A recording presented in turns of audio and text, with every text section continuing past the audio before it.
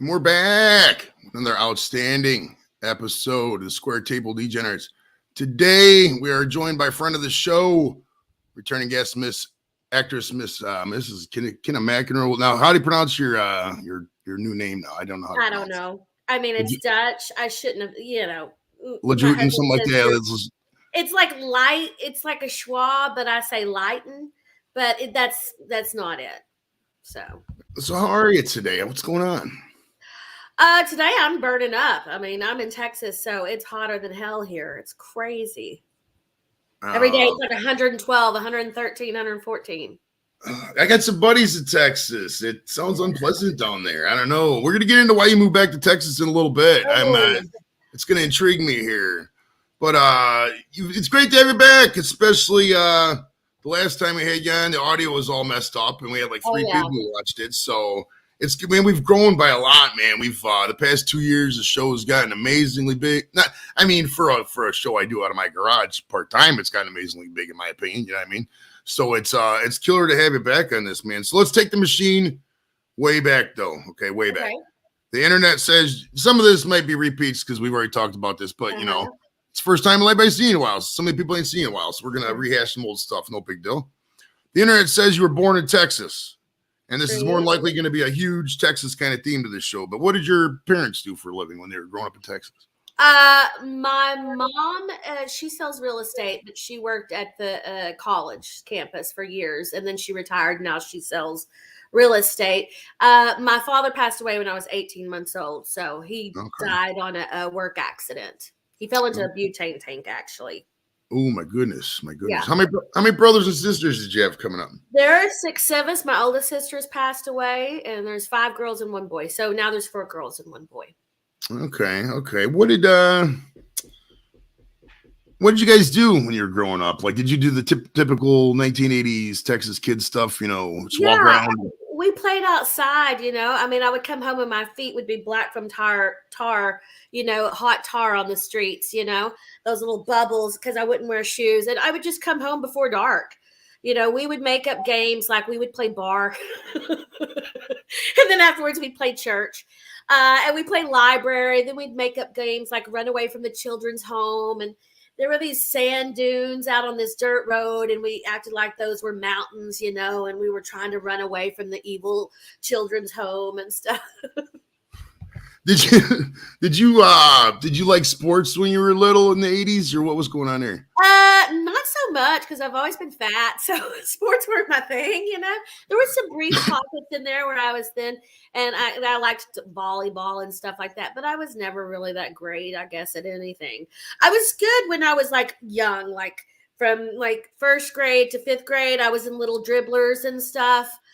Because I was taller than everybody, but then I never grew a day over, that after 5th grade. So, I mean, for a long time, I was like the tallest, and then done. I'm 4'11". Put a period on it. It's stopped growing. Wait, so you're really only 4'11"? Yeah, I'm 4'11". Wow, you must have had some heels on then in some of the movies because I know some people who are 4'11". 4'11" and 3/4, and then I had a baby, and then when I was back at the doctor and they measured me, I was like, "What? I lost 3/4 of an inch?" Yeah, it looks like it. So by the time I'm done, I'm going to be 2 feet tall. That's so wild. I never pictured you as that short. I guess I never really, looked at you. I never seen you in real life, but I mean, that's so funny. I never realized you're that short. That's crazy. That's short. Yeah. Wow. So when you were coming up, like in middle school, or like, did you have like acting bugs in middle school? Were you like, I mean, I knew from the time I was like old enough to talk, I knew what I wanted to do. I was watching Carol Burnett and all those shows, and I was fantasizing that I was Shirley from Laverne and Shirley, and I would make up like these little shows and do little commercials for my next door neighbors. I was just one of those kids that was always doing that. I had a Mr. Microphone. I was always singing. So I always knew. So I was always in choir or theater at school from the age when you were able to do that stuff. So. Okay. Were you like into dancing and all, like ballet or tap dancing, anything like that? Well, kind of more like modern dance, too really big for ballet, which I found out the guy was like, honey, not going to be able to do point, are you? That kind of stopped. And then I was into gymnastics and stuff because I was a cheerleader from like 6th grade to my sophomore year. And so I did gymnastics more and just like, dancing on a cheerleader team. So more just modern, kind of stuff. Okay, what kind of music were you rocking back in middle school? Were you I was like a metalhead and like all the, Bon Jovi, but there was also like Metallica and stuff like that. But it was like, Aerosmith, Motley Crue, all those guys. I was thinking that what's it called, Cinderella, all those things were my bag back then. I was so in love with John Bon Jovi. Oh, there's to this day, there's still girls who just, they'll probably think about Bon Jovi. Hey, I hate, I don't know, because we kind of, you kind of both, as we both got older, got a little better looking. Bon Jovi just was good looking the whole time. It's kind of like, it's not fair. What happened? When do you get ugly? Right. Maybe he's going to be 70 looking like Keith Richards or something, maybe. Yeah, exactly.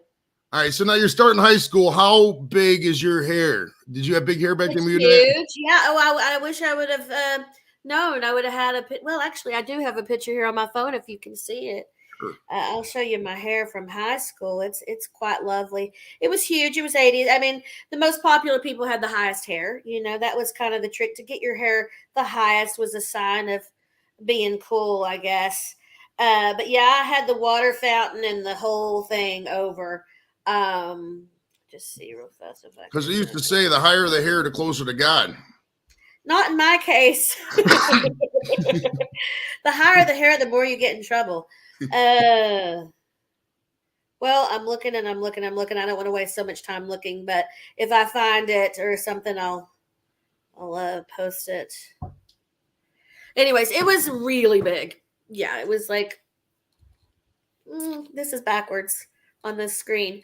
So it was like up here-ish, So you have the bulletproof vest going on. Okay. Yeah. Okay. Yeah. All right, BC's Beer Review's got a question. He says, what's your favorite metal band? Metallica. My husband's like, "Oh, that's so," and I'm like, "No, I loved them, man. Master of Puppets and all that was just, that was my jam. We thought we were so cool too, Master of Puppets might be the low-key best song of all time. What a great song. That and One. One. Yes, One. Oh. Exactly. And what's the Enter Sandman? Yeah, those were all the big ones. Go ahead. When they come in with One with those, what's like the guitar and the drums, a combination that sounds like the machine gun. That is so fine. Oh, it's beautiful. It's like an orchestra. The video to that one was a good video as well. Back when we had videos. Then that movie, have you ever seen that movie, Johnny Get His Gun from 1971? Watch that whole movie. No. That movie's, it's on YouTube. It's a cluster, man. That movie will fuck you up. That's that movie will straight. Johnny Get a Gun? Yeah, it's called Johnny Get His Gun. Okay. 1971. It's all black and white. It's based on that. They based the video on that movie. Oh, great movie. It'll mess you up though. So it takes some. Have you seen that documentary? I Don't Like Mondays. I have not. Is it? No. It's like one of the first school shootings, and it was a girl, surprisingly, a redhead. Okay. And they wrote a song. This British band wrote a song. I'm spacing on their name right now, but I Don't Like Mondays. And it's all about her shooting the whole place down. Because when they asked her, when they interviewed her and said, "Why did you do it? Why?" And she was like, "I don't like Mondays," is what she told them. Oh wow, that's crazy, man. Yeah. So, and she's up for parole soon. Okay, Duke says, "Hey, Kinna from the UK. I'm currently melting because my Scottishness does not allow for the sun. How do you keep cool in hot situations?" Ice cubes. Well, we have a good AC. Knock on wood. The grid's supposed to go out today because of our stupid people that run everything. We have we call it our white trash deck pool. It's just a little plastic pool on our deck. Sitting there with we've literally taken the ice cubes out of our refrigerator and putting them in there because the water's hot. So it's more like a hot tub as opposed to a pool. So that's what we do. We get real fancy over here. Oh, yeah. Honestly, it's wild out here in the studio. The garage I turned into a studio, I had it insulated. And the air conditioner, really keeps it cold out here. I had to turn it off, actually. It's 90 outside, and I haven't had it on for a couple hours just because it gets so cold, man. I don't know. I think it's because ever since I got back from the Virgin Islands, man, I've been such a freeze baby.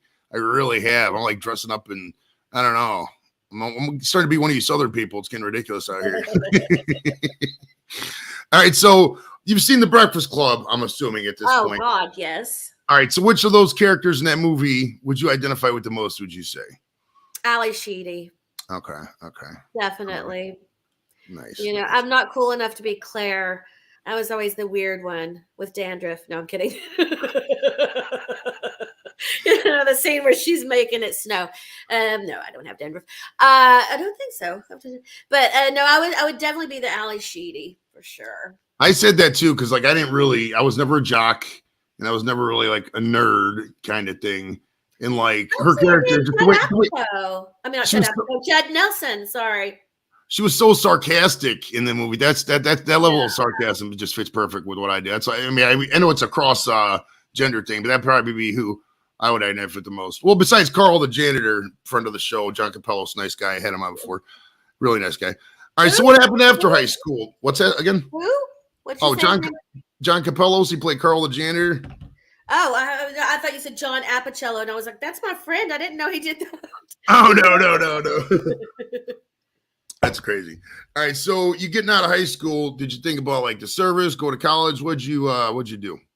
You know, I went into rehab, and then I went into a halfway house, and I had a scholarship to go to our South Plains College, but I was an idiot and ran off with a guy that I met at rehab, which is always smart to do. And he was about 14 years older than me. I was 18. He was 32. You know, so it was, kind of looking back on it. But I moved to Maine and lived in Maine with him and his people, his old parents at the time. We lived there for like 9 months, and then I threatened that I was going to move home if we didn't get our own place. And so miraculously, like in 2 weeks, you know, he found a job and we got a place. So, but it didn't last much longer. We were engaged and everything, but didn't happen. So did you move? What happened after that? Move back to Texas, or I moved back to Texas. I went to South Plains, majored in. First I majored in classical voice and minored in theater, and then I changed my major to theater and then minored in classical voice. So singing opera and all that stuff, and then I graduated from there, and I went to a place called Katie's Conservatory in Dallas, which is where I'm also teaching right now. So full circle. I'm still paying on that student loan too. I'm like, just wipe my student loan and I'll teach for free. So that went there. And then right after I graduated, I wanted to go to Juilliard, right? So I went and auditioned. I was 23, 24 at the time. And there was like 4 of us who got called back out of 1,500 that morning. And I was one of the people that got called back. So I thought I was moving. Like I literally moved home and got my suitcase out and started packing and stuff and thinking of everything I was going to get rid of and what I was going to take. And then I get the letter in the mail saying, sorry, we've gone a different direction kind of thing. And so I was like, oh, damn. So I was pretty gutted about that. But then I started booking. I booked Office Space out of Austin, Where the Heart Is out of Austin. I did Anarchist Cookbook here in Dallas, and then a little independent called Almost, which almost made it, but never did. And so that was kind of like after I had saved for like 3 years after that. And I started doing commercials and industrials too in Dallas and doing, sketch comedy, improvisation, also doing cabaret shows and singing around the Metroplex. So after that, I thought, you know what, I'm going to go to California. Never wanted to go to California, never wanted to go to LA because I thought it was just a bunch of skinny bitches rollerblading around naked, on the boardwalk. And, there are a lot of those, not naked, but maybe in thongs. But they're out there too. But I went, first year was awful. Second year started loving it. Was there for over 20 years and was sad to leave it. Nice. So you're out there 25, you're kicking in Texas. How do you hear about this Office Space role? It was like a newspaper? I got an agent. When I went through Katie's Studios, we had an industry night where all the agencies like in Dallas and all the places come and they watch you. And so I got with the Kim Dawson agency, which started off as a modeling agency and then became, quickly an actor's agency as well. And is one of the big ones still today here. Okay. So did you show up and they fit you into a role? Or did you specifically audition? I auditioned for Nina. So I had auditioned and then I didn't hear back. It was months. And so Wow. I had just kind of forgotten about it, thought, that was my very first audition as a professional actor, with an agent. And so for like a real movie kind of thing. So I thought, no, whatever. I went to Austin for the Big Stinking Comedy Festival with my improv group, and we were performing. And while I was down there, I get a call from Susan, who was my agent at the time. She was like, "You've got a call back." I was like, "For what?" She said, "For that movie, Office Space." I was like, "Oh my God, I forgot about it." And so I, went. I felt so great. Mike Judge was there and some of the producers and stuff. And I just knew. Sometimes you just know when you book something, you just know it. And for whatever reason, I knew. And so I called my agent back up and I said, I said, "I booked it. I know I did. I know I'm going to be shocked if I didn't," just the way they were acting and stuff. And she was like, "Okay, well, don't get your hopes up. I mean, this is your first audition, come on." And so I was like, "Okay, cool." So the next morning, it was my birthday. She calls at 8 o'clock. I had booked it. And I was like, "Yes." And so I kind of had this crazy, non-realistic view of the industry. Like, I'm going to book everything I go out for, that kind of stupid thing. And yeah, I learned very quickly you don't. So a little bit of humble pie there, because I kept thinking, oh, I'm just going to be like in some grocery store and Steven Spielberg will see me and he'll be like, "Oh my God, I need you." And That's awesome. All right, who is your favorite comedian? oh my gosh. Well, probably females are like Amy Schumer, Sarah Silverman, Wanda Sykes. I mean, there's just so many. And males have got to be like Dave Chappelle. I'm old school Eddie Murphy, Chris Rock. Yeah. Um, yeah. I like, what's his name? Little Hart. What's his name? Oh, Kevin Hart. Kevin Hart's funny too, yeah. But I love like all the Adam Sandlers and stuff like that too. I'm an old school girl. You did some improv stuff. Did you ever try stand up at all? Oh yeah, I've done like 25, 30 years of improv. I still do improv and I teach it. Okay. So if you're ever in Fort Worth, it's free. Come take a class with me. Yeah, I did sketch and improv, and I just wanted to really do it. I was already like 40 when I decided to do it, and I thought, okay, I just wanted to push myself, because to me that was like the scariest thing you can do, is get up there and like you're telling jokes and it's you. Like with improvisation, the audience gives you like a big kind of catching thing, because you're making it up on the spot, right? So they're like, "Wow, just the fact that you'll get up there and do that, kudos." But like when you like, these are jokes you're supposed to work on and they're supposed to be funny, and then that kind of thing. And it really was. I mean, this was 9 years ago, so this really even more so with the men thinking women aren't funny, and there just wasn't a lot of women doing it. So for like 10 guys on a show, you might have one or two girls, and the guys would sit out there, and you'd go to an open mic and they'd sit out there and they wouldn't even look at you or laugh.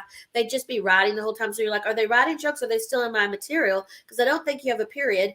But so it was like, it just, I hated that world. I was going to become an alcoholic if I didn't stop, because you'd get there early, sign up, and then they draw names. So you might be the last person to go, even if you were the first person to sign up. And then by that time you've hit the bar, you're obliterated, and then there's these bringer shows. You always had to bring people. Hate bringers. It was so annoying. So I was just like, I just didn't like it. Had I been 20, it would have been different. But I was 40 and I was married, and I was just like, this isn't fun for me. I liked the writing part of it, because I do that anyways, write and stuff. And I loved finding like the observations and the funny things in life. And I would take around my recorder or my phone or a notebook everywhere, and write things down throughout the day as I found things that were funny that happened. But just the lifestyle of it, I couldn't stand. And it was so non-supportive, and everybody was just so like, ooh, catty, and stab you in the back. And yeah, I just didn't like it. You're talking to a mirror right here, because pretty much everything you said was exactly my experience. Like, it was fun, don't get me wrong, but man, you're drinking so much, you get caught up in the lifestyle. I mean, you're running around, it's a weeknight, you're out till 1 o'clock, You They know, want you to do it every single fucking day, especially in the beginning. They want you to go to every single open mic you can. I mean, I knew people that were going like to like 3 open mics a day, and I was like, "Well, you obviously don't have a life, well, because how do you do that? You know?" people say that they give these advice to these young comics, like, "Oh, do as many mics as you can." That's not going to help you grow. If anything, it's going to make you depressed. Because like Yes. dude, stand-up comedy is like, I mean, you were talking about improv. Improv is hard, definitely. But like you said, you get the ideas. It's not that hard. Stand-up comedy is, you got to literally stand there and make people laugh with no format. You got to bring up anything. And if one person doesn't like it, they're going to boo and they'll derail. It's it's so, like you said, with the haters too. Like nobody wants to see anybody succeed. People afraid to laugh. They're buried in their phones. I just that's why I'm on YouTube. Yeah. And to be honest with you, I just, the whole stand-up thing is like, I mean, I'll still do a stand-up show if the opportunity avails. It's a good audience, but I mean, standing in front of some dank bar of 3 people who ain't paying attention, that's not helping you grow. It's just my opinion. Yeah, no, I agree. And the only thing I really liked were the shows, when it was an actual show and not like an open mic, because then you would get people and stuff. But even then, like you said, you'd have that one drunk asshole that sits in the front that doesn't get off his phone and he's like, next, or whatever. You're like, I'm going to fucking kill you, man. And so, yeah, I didn't like it. And so I thought, you know what? I like my world that I'm in and the people that I'm around in my circle. We're all very supportive of each other. And I find not in all situations, not in all schools of improv, but the improv things that I've done have always been like we go instead of ego. It's like support your partner on stage, and lift your partner up and all that. So I like that because I'm like, you know what? There's enough to go around. Everybody can be funny just because if I'm funny doesn't make you not funny. And, if people are going to think that, they may get picked from a show or something, which has happened. That's how I got Hawaii 5-0 from a show to do, TV or film or something that can happen. But if they pick you and they don't pick me, or if they picked me and they didn't pick you, they weren't ever going to pick you. They needed a different type. It's nothing personal. It's about maybe they needed this, 4'11" redhead. Okay, well then I'm there, So, I just find it really, and it's young actor stuff and young comedian stuff. I find the most that are so just really, really, really insecure. I mean, I'm still insecure to this day, but at least I've grown up a little bit to know that it's not personal. Oh, for sure. You can't take anything personal. I mean, I go out there, I mean, you've seen I've told you about the people I've had on, I get 500 no's for every person who even responds to an email. I mean, you can't take it personally. It's just the nature of the beast here. All right, BC wants to know what's the best and worst experiences during your stand-up or maybe even improv career. Wow. I was pretty drunk through most of my stand-up career. So, I mean, getting up at like 5:00 in the afternoon and literally having like 2 people there and nobody laughs. And like, I just stopped speaking for a little bit just to see if they were even paying attention. And it took them forever to even look up, I mean, that's just to me is like, and that's after I, had credits, this is what I'm for you. I've had credits and stuff. And they introduced me and like, not that I think I'm some big swig or anything, but I'm like, just pay attention, I don't know if Gopher from Love Boat was up there, I might check him out, I don't know. So, I mean, but it's just so like, oh, why am I doing this? It wears you down as a person. It's not good for your esteem at all. Not at all. That's what I said. Like I'll do a show if I organize it and I know I get an audience. We did a show right before everything shut down. Like it was February 29th. It was Leap Day. I remember it, 2020. And that was the last show I did because I did up the VFW. And man, we had a banging audience. That was a really good time. And some of the guys didn't even do their best sets. The one guy got drunk, et cetera, et cetera. But man, it was just the packed house, 100, 150 people, whatever. Oh, that's just so much more fun than just a dank bar. I mean, it's just, it sounds like we're beating stand-up to death and telling people not to get into it, but I mean, no, do it if you want to. I mean, and it's different for everybody. This was just me. And going back to the worst, there was another time where I did this show called Underwire Comedy. I was one of the producers, and my agent, who's also a friend, she was a producer as well, and she wanted me to get up and be the host. And I was like, you realize I've taken an improv class, and I've taken a stand-up class, and I've only done like 3 months of it.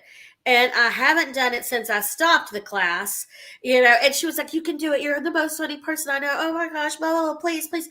I did not want to do it. It was the worst. It was so bad. And I got up there and it was horrible. It was a shit show. I was freaking out. I mean, it was just awful. My first act, who's amazing, Jackie Tone, she's in Glow and a million other things. She's great. Really, really talented girl. Well, she didn't hear me when I called her out to the stage. She was off because she has a guitar, and she was off like tuning or doing something in a different room. Didn't even know the show had started. And I couldn't find her. And I was like, oh my God.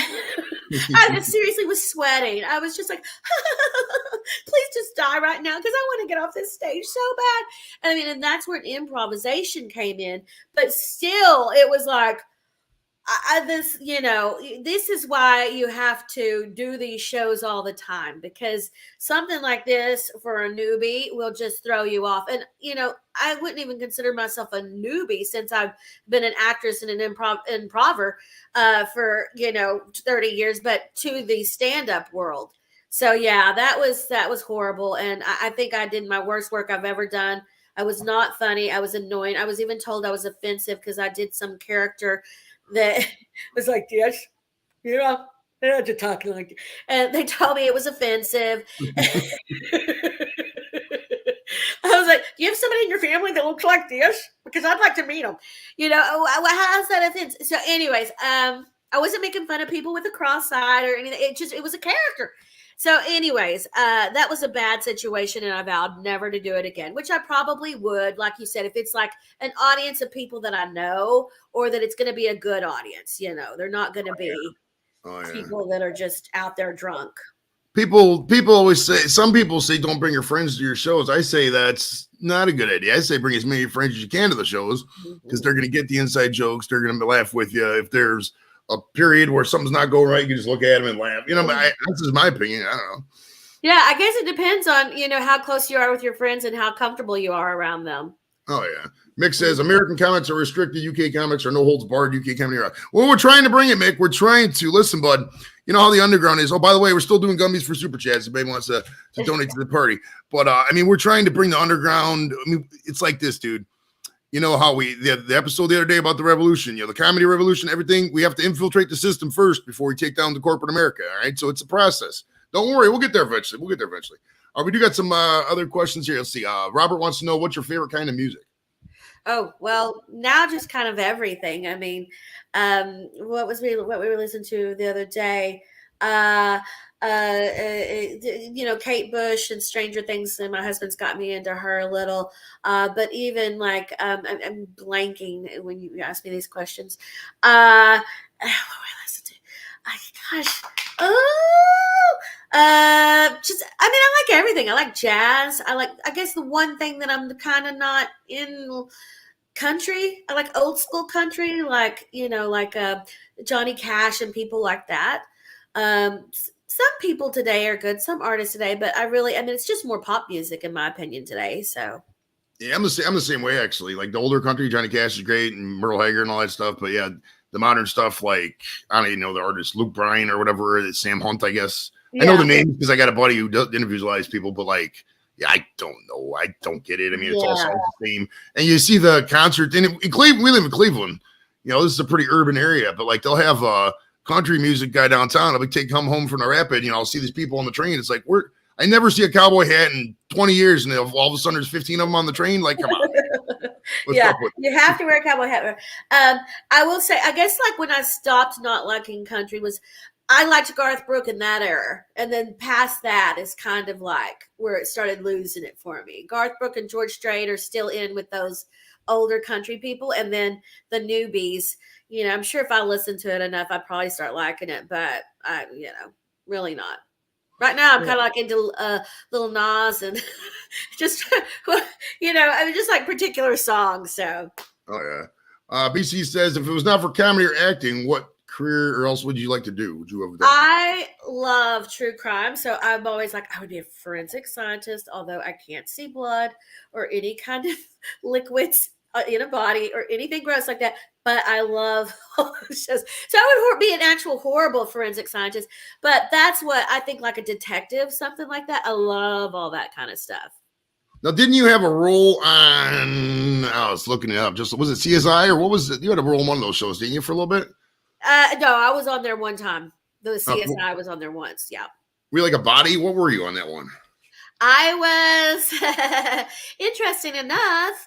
The whole episode, I was the killer. The whole episode was about chubby chaser conventions, and this guy was into chubby chicks, and I slept with him and crushed him, and that's how I killed him. And I was so embarrassed I didn't tell them the truth. So it was like this real emotional CSI kind of thing. So yeah. That's awesome. It's a horrible life. All right. Robin wants to know, I was away for a bit. Does she have advice for someone wanting to write stand-up tips and on getting gigs? Robin's out in LA. She's expiring. Robin? Oh, let me see. He's on Facebook. Let me see if he's still on there. Robin. Okay, so there's a ton of people. You're from LA or you're out in LA. There is a ton of, like, she's going to answer me. There's a ton of people out there. I went to a guy named Greg. Oh my God. I have a horrible memory. Greg Wilson. He's awesome. I would suggest him. I can put or give you a way to get in touch with him or something. I don't know if I can write it down somewhere. I have his email, and he has a comedy school, and he's great. I think it's like 8 weeks. I'm not quite sure. I think it's around $500 or something like that. He's really, really good. Like, he takes you through all of it. He even takes you through like a heckling course and all that. So I think if you're going to do it, some people are like, school, you can't learn it, but that's not true. He sets you like setups and punchlines and blah, blah, blah, and break it. So I would say go to him, and then just go to all the places you can and do open mics. And there's even places open like at noon in some restaurants and stuff where you can get up and do open mics. You just have to get on there. I forget what they're called, but Google open mic, stand up in LA, and you're going to get a bunch of places. There's like lists of all these places. Good stuff. Good stuff. Yeah, Robin's a good friend of the show. All right. Hold on. Let me catch up on the comments real quick. Make sure it's not new before I get back into the questions. All right, good. All right. Let's see. Here we go. There's a new comment from Robin. It says, I like The Staircase and The Keepers. I mean, the stories were sad but interesting. Any new crew crime stories you would recommend? Yes. The Girl in the Picture. Who's the Girl in the Picture? That's on Netflix. Also, the one about, oh God, I've seen them all. I mean, it's horrible. Worst roommates ever is really good. Crazy roommate stories or people that live next to you. Let's see. I also like things about like UFOs and stuff like that, like Skinwalker Ranch and all that. That stuff intrigues me. Yeah. Oh, Says good, Robin. She found him. Awesome. Yay. Good stuff. It says she loves your acting, by the way. Good deal. Oh, good thank deal. you so much. Thank Outstanding. you. All right, so we got to get back in Office Space. I know you're probably sick about talking about it, but like, No, I love Office Space. It did so much in my life. All right, now how hot was it when they were filming that movie? How hot? Yeah. Oh, I have no idea. It was Texas, so I'm sure it was hot, but I was on the inside, So, I mean, I don't know how hot it got. I would say it was probably like now in the 90s or 100s. Okay.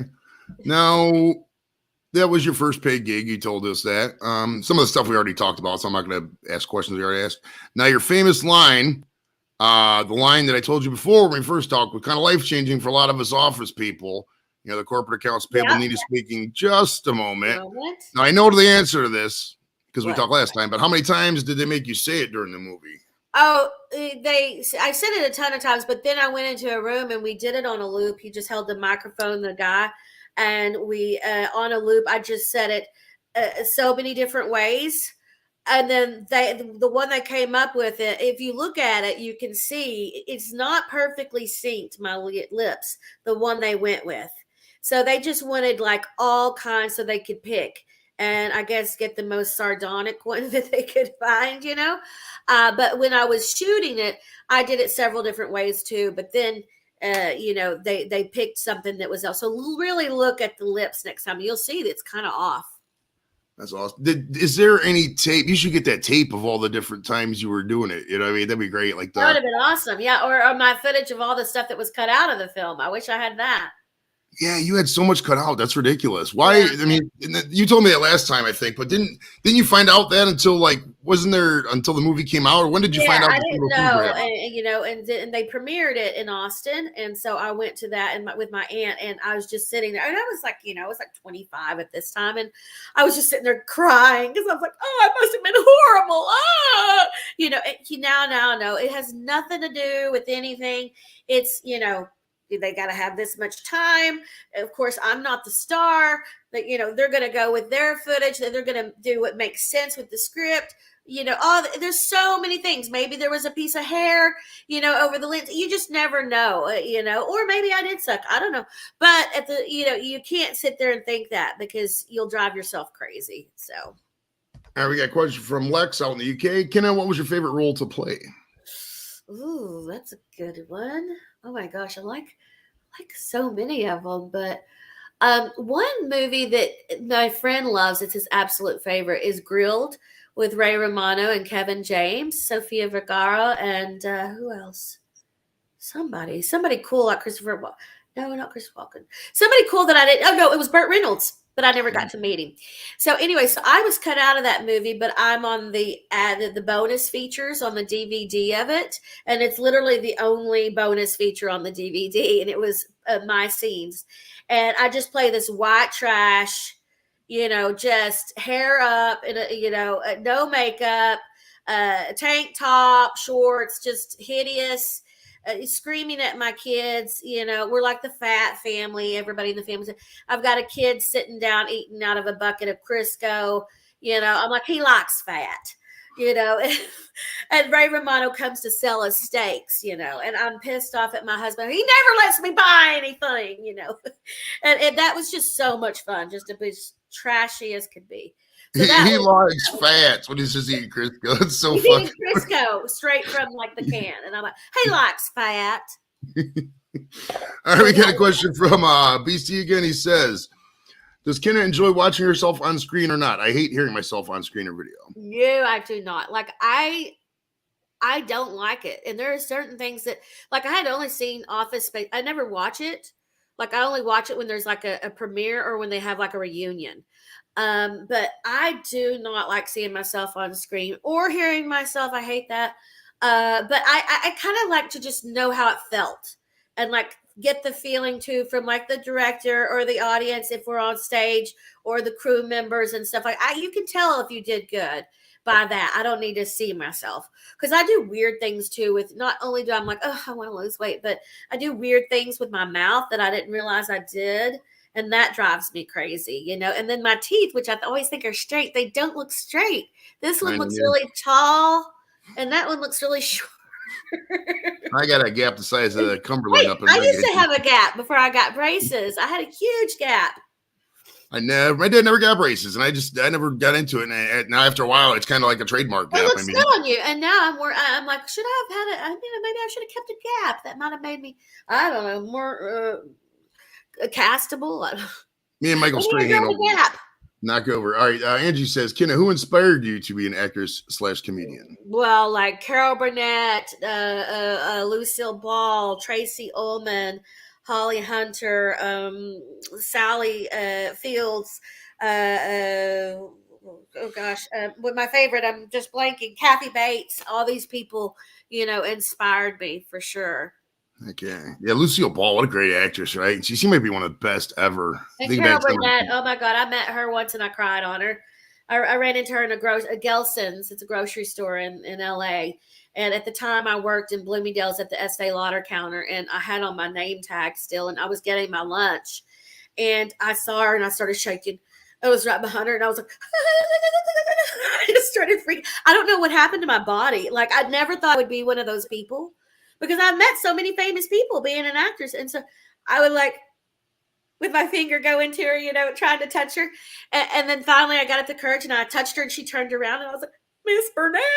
And I just started bawling. And she was like, oh, Kinna. She looked at my name tag. I was like, oh my gosh. So then a couple of weeks, she comes up to the counter and she sees me. And her eyes are like, oh God, don't start crying on me again, lady. And she needed something from Bobby Brown, so I went and helped her. But anyways, I just told her how amazing and how much she meant to me. But I was just trying to fight back those tears.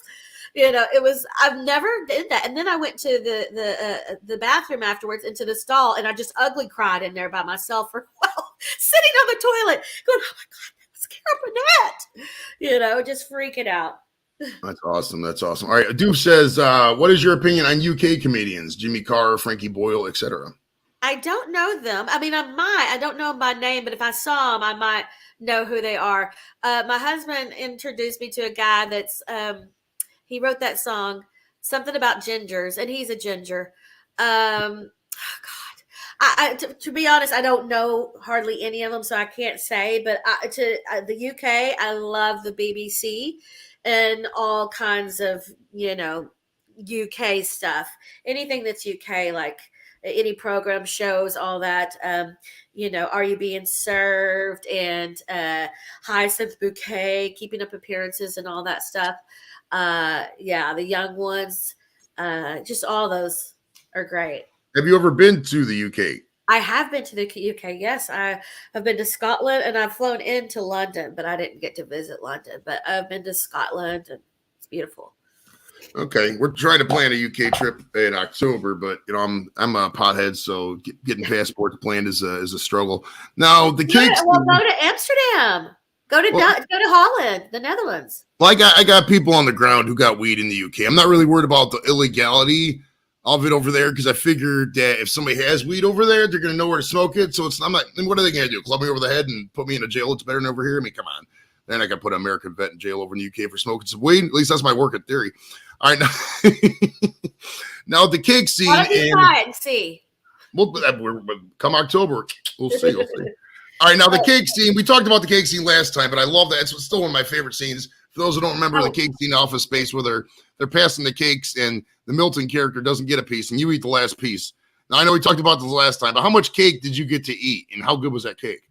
I don't remember, specifically, but you really just to take a bite of it and stuff, and you have to keep thinking about continuity. So you're like, "Hey, I've eaten this whole piece." Everybody else is just like, barely. I'm like, "Oh, fat girl over here, finished her cake." No, you act like it. You may take one and something you act out like it, but I had to take more, and then they had like. They were getting like close-ups of our mouth, or like, there was like icing and different stuff on different people. And I don't remember that being in the movie at all either, like where you could see that. But yeah, that was fun. And I love Gary Cole. He's so funny too. Gary Cole is hilarious. What do you remember what kind of cake it was? It was white, I believe. I know the icing was white, but I don't remember the inside. Maybe chocolate. I'm not sure. It was 25 years ago. What's your opinion on cake these days, and does your son like cake? I love cake. My son does not. My son is, he's got a lot of sensory stuff. He has autism and ADHD. And he does. I'm like, how are you, my child? He'll take like a piece of chocolate and he'll put it on the counter. And the only thing bad that he'll even eat is ice cream. And he even does that in moderation. And I'm like, what is wrong? Like, I've tried to get him to go, like, let's get something at McDonald's or something, just because I want him to try different things, not because I want him to be unhealthy, but just to try something. He's never had a hamburger. He's never had a hot dog. He's never had a corn dog. He's had chicken nuggets. He doesn't eat fries. He's never had a burrito. He's never had a breakfast. I mean, pancakes, never had a pancake, never cake, never pie, never donut, never. He's very limited. He eats fruit, eggs, turkey, and crackers, and sometimes ice cream. That's about it. Wow, it's a good diet, actually. I should follow my husband. I know.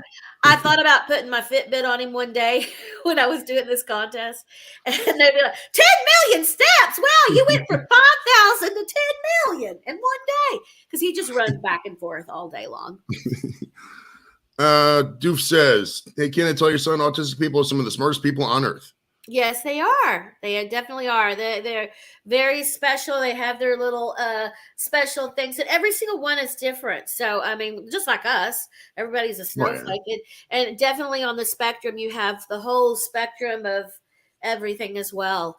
And he's only 5.5. So, we're waiting to see what his thing is that he's really going to love and enjoy in life and stuff. So, does he like dinosaurs? A lot of kids like that oh my age. God, he loves dinosaurs. Yes, of course, he loves dinosaurs, and he knows them. He's like T-Rex, this, that. We all were like that. Where every little boy from that age, they and we all know all the Latin names too. Like, oh, that's Tyrannosaurus Rex, that's Allosaurus. We just every single dinosaur. I don't know what it is. We're just so fascinated with little boys. I love little dinosaurs too, though. I mean, that's fascinating to me. All that. So, what's your favorite? This is a random question. Now we're going on this line. What's your favorite dinosaur? If you could bring back one dinosaur, T-Rex. I mean, they're kind of like the king of everything. You can't really top a T-Rex. Those little velociraptors things that they have, they were crazy in Jurassic Park. Those are kind of freaky and scary too. That would be they said T-Rex ran like 40 miles an hour. Can you imagine that? Running down the street, you're driving in your Hyundai, and there's a T-Rex chasing you. No. Like, my goodness, there's no way. I like dinosaurs too. They're kind of the chill ones, I guess they're vegetarians and stuff, so they won't really hurt you. But yeah, I bet you when them stegosaurus get on their belly, they want somebody to scratch it. That's probably how it goes. The cavemen are like, I know when when Office Space first did drop, where was the premiere and how do you think it was received? It was, they had one in Austin. I don't know if they had one in LA or not, but they had one in Austin. And I mean, it was received well there, but it didn't do good at the box office at all. It was like a flop. And it was, I think, years later where it started picking up steam through rental sales back when we had the old Blockbusters. Remember those? Mm-hmm. And I have a funny Blockbuster story. I don't know if I told you last time, but I was with a really good friend of mine, and we went in there, and he was like, "Hey, wait, how do I know you?" And I was like, "Office Space." He was like, "No, the sexual harassment video." And I forgot I had done an industrial for HR department for Blockbuster. And I got hired to be the person that was harassed. But when I showed up, the director said, "Okay, you're going to be the harasser and you're going to harass him." And so I was the harasser then. And I was like, oh my gosh. So it's this really funny thing of me just not letting this guy off the hook and just following him everywhere. And I'm like, I show up here and I'm like, "Do you want to go for a movie maybe afterward?" "Well, okay. How about next week?" And I just seemed really desperate. And I was like, "Yeah, that too." That's great. I'll have to look. Do you still have a copy of this video? You know what? I got to look. I'm sure I have it somewhere. It's got to put that on your channel. Like old Blockbuster video thing. We got to look that up because we saw your progressive commercials last time. We got to find that one. We got to find that old thing. That's great. Now, at some point did you start getting stopped on the street and people say, "Do the line"? Yeah, hey, I know you. At any point did you start getting that? Yeah, I did, and I want to say it's before I moved. I think it was before I moved to Los Angeles and stuff.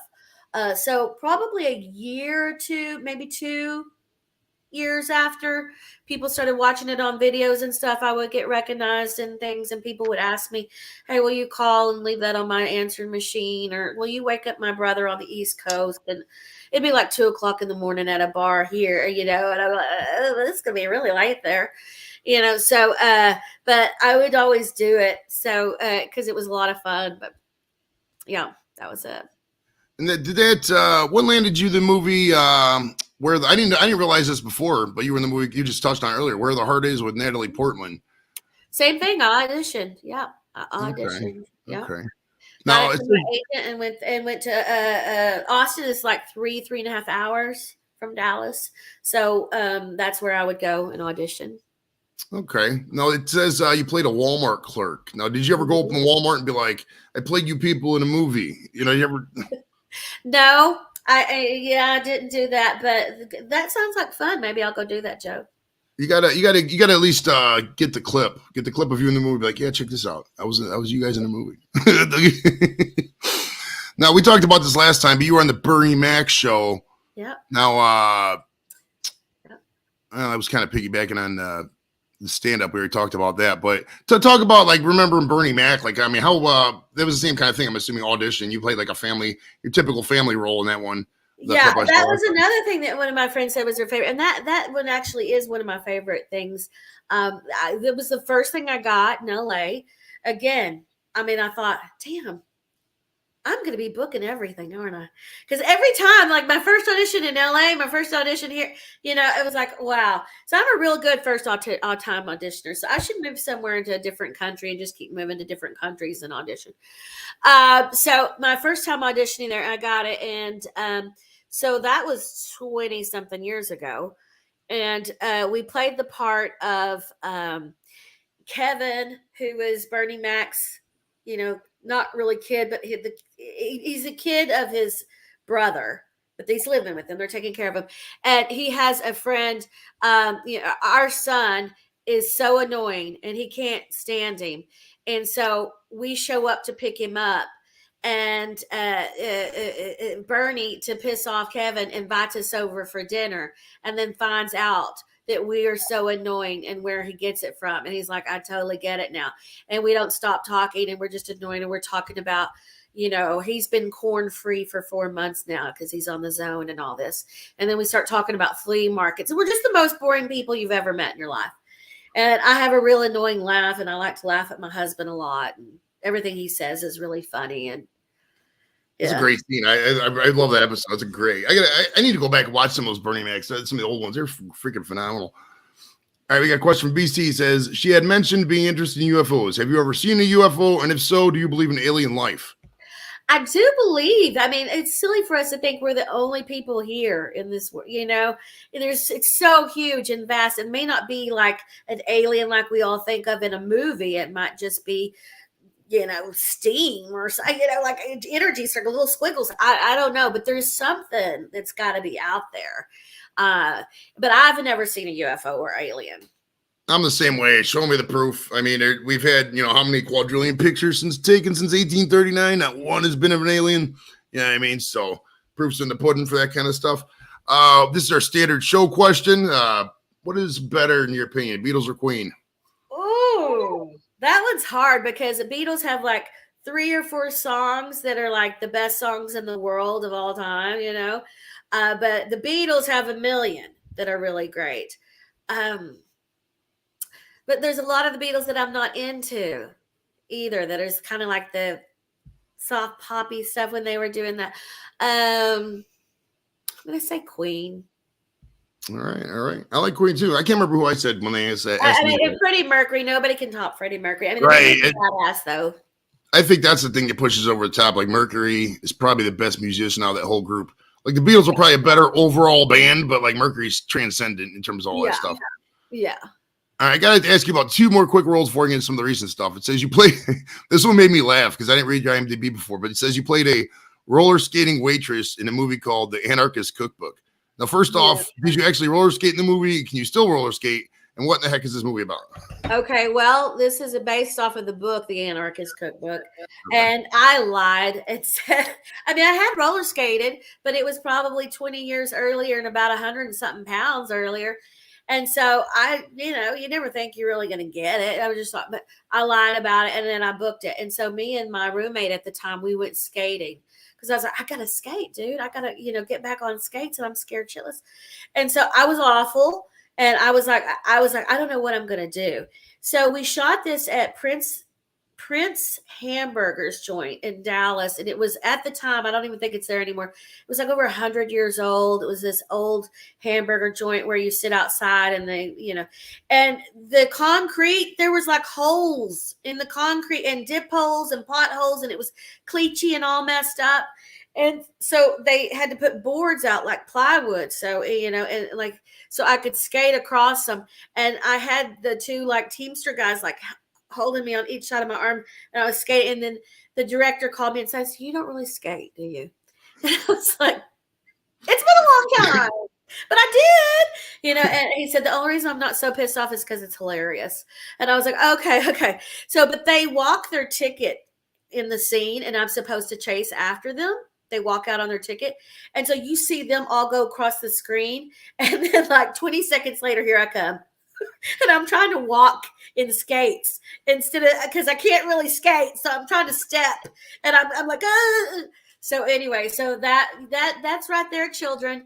Take me as a, don't lie on your resume. Don't lie. That's awesome. Doof says, would you rather listen to Justin Bieber or Death by Steamroller? I don't know who Death by Steamroller is. Actually, I think he's implying, would you rather be killed by a steamroller or listen to Justin Bieber? oh, Death by. I thought it was the name of a band. I'm gonna pick Justin Bieber because I don't want to die. That's the way I'd be. I mean, Bieber is. I mean, there's a couple songs that are okay. Baby is all right. I guess I don't know. It's not the worst in the He's movie. growing on me since he's gotten older. I mean, he is a talented kid.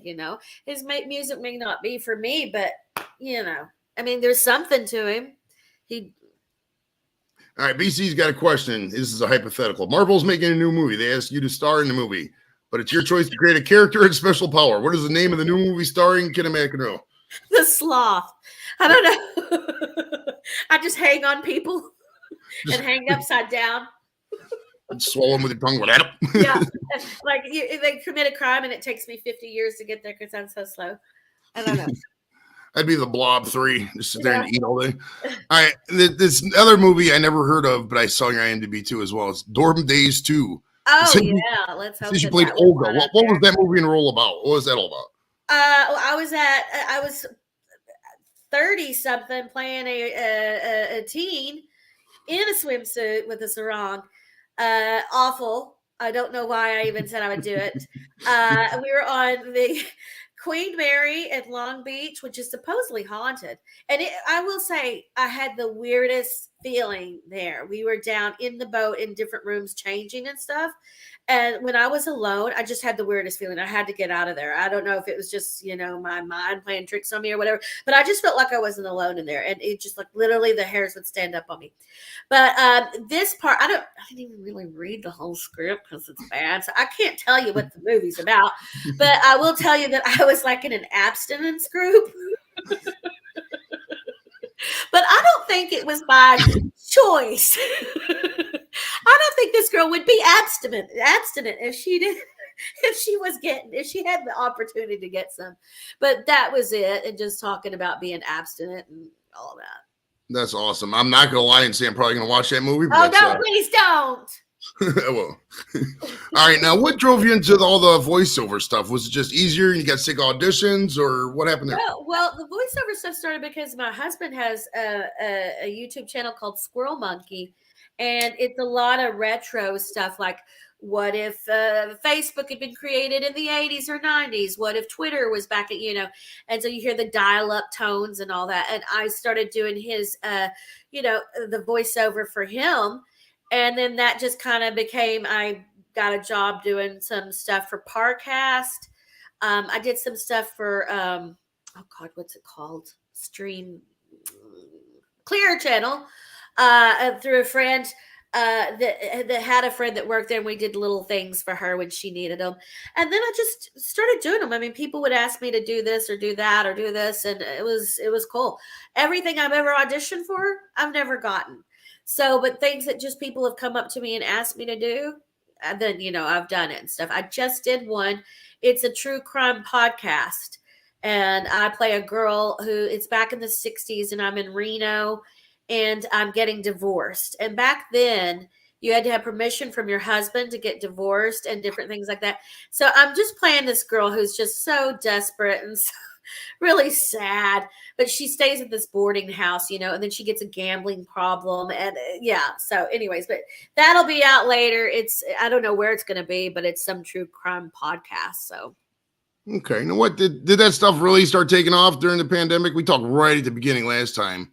Is that what kind of prompted to move back to Texas? Like, you're doing all this voiceover work and we can just move back to Texas? No, what prompted that was my kid. Like I said, he's severe. And I just needed more support and to be around family. Okay. And since my husband, because of the pandemic, he is an editor and a producer for an online magazine called Ranker.com. And he is a producer on a show called Weird History. And he started working from home, and then everything went on tape. So, and my agents were like, we'll keep you and this and that. And so I got agents here. And then, then my old alma mater was like, you can teach. And then the other people from 4-Day Weekend said, you can teach here too. So it just seemed natural that, okay, I can always fly back to LA if I book something, write it off or whatever. And also, it was so expensive there, and just the homeless situation had gotten really bad, and being able to ever afford a house with a backyard for my kid, I wanted him to have a safe place to kind of play, and we were living in an apartment, and there was just no place for him to go. So I just, not something I really wanted to do, but something that, I felt like I needed to do for my family. Right, no doubt, no doubt. All right, now you were on the Man About You reboot. Yep. And I was listening to there's a Slaughter. You remember the band Slaughter? There's a song "Mad About You." I was listening to that before the show because I just realized that, and that song stuck in my head. I'm mad about you. It's a great song. But when you were in LA, did you live close to Helen Hunt? Is that how you heard about that movie? What happened with that role? No, but I worked with Helen Hunt for 10 plus years doing improvisation with her and different things, and then we became friends and stuff like that. And I still had to audition, but she called me in to come audition and stuff. So yeah, that was it. That's how I knew about that. It was, they contacted my agent, and I went in and auditioned for it and got it. Good deal. Good deal. All right. BC says, if any, he's love coming with the hypotheticals. If any movie from the past could have you as the main character instead of that person at that time, what movie would you love to be the lead role in? Easy. Misery. Nice. Kathy Bates. Nice. We got a girl in the community. She goes by Kathy Bates. That's funny. All right. Now, I have to tell you, this is randomly coincidental, but my dad passed away 2 years ago today, exactly today, and you messaged me with condolences that day, and that really made me feel good. I was like, I did. I am a nicer person than I thought. Oh, yeah, I was like that made me feel like you were kind of I mean, I know we're never probably going to meet in real life. Who knows? But that made me feel like you're more of a friend than just face on a screen. It really did touch me. Thank you. I don't. Sadly, I don't remember it, but I'm so sorry that he did pass. No, scroll up in the messages on Facebook. It's like the last one before he did it. I think we talked about weed once in the Facebook, and then I asked you to be on here today. But before we cut out, man, Ken, anything you got else to promote? What's going on with you these days? Just doing more Squirrel Monkey with my husband. I did that podcast. I'm auditioning a lot, and I'm teaching at Katie Studios, which is accredited film school and acting school. I'm teaching camera technique there. I also teach downtown Fort Worth on the weekends, improvisation for a 4-day weekend. Yeah, I'm writing on some things myself that I would like to get made and, of course, be in. And yeah, just, same stuff there, just every day trying to get a little more, doing something creative and trying to get it to take off in some way. Good deal. Good deal. 2 more things before we go. If I was thinking about running for office someday and I was going to hit you up before I did, because I was going to have you in the commercial and you were going to be like, corporate accounts payable, mayor's office, just a moment. And then that was going to be in the commercial. I swear it's good. I'm telling you, if I get to that level, you got to help me out. You got to hook it up. Okay. I will. All right. And I know you get beat down. Can you give us one before we go? Give us your famous line before we go. Oh, yes. Corporate accounts payable, Nina speaking. Corporate accounts payable, Nina speaking. Just a moment. I'll even give you my other one. Now, Milton, don't be greedy. Let's pass it along and make sure everyone gets a piece. Yes. You are so awesome. You are so awesome. Thank you. Be sure to check out her husband's Squirrel Monkey channel on YouTube. And thanks for coming out, Ken. I appreciate it so much. We'll talk to you guys next time. You too. Bye-bye.